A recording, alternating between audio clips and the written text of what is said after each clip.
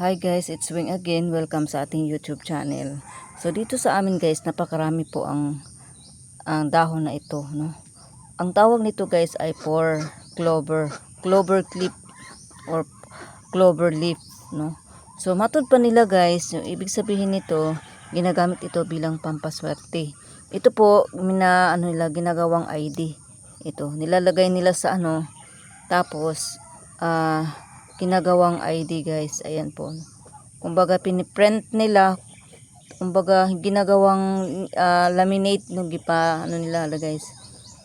Laminate nila yung itong dahon na ito. Di umano ginagamit pang lucky charm, pang paswerte sa negosyo at marami pa. So ayan.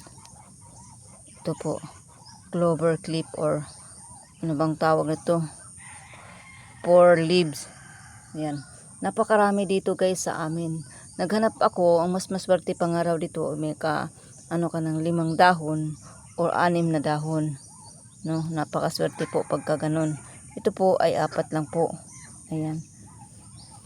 Ang tawag nito, 4 clover, 4 leaf, 4 ayun ba? Basta yun na guys.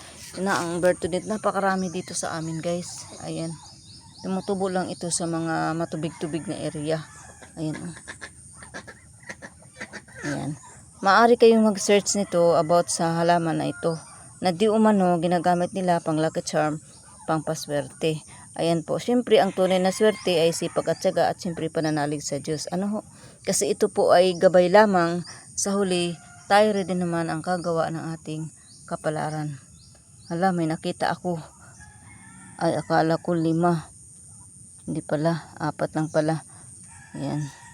Napakarami nito guys. Magawa ako ng mga ID nito. Gagawin ko siyang ID.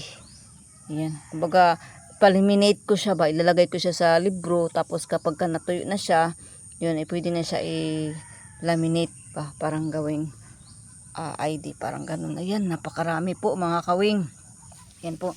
Para lang po ito sa mga taong naniniwala sa mga ganitong bertud guys. Ating clover leaf, no? Ayan, clover leaf or clover clip or ano bang tawag niyan, basta yun, clover leaf. Ayan.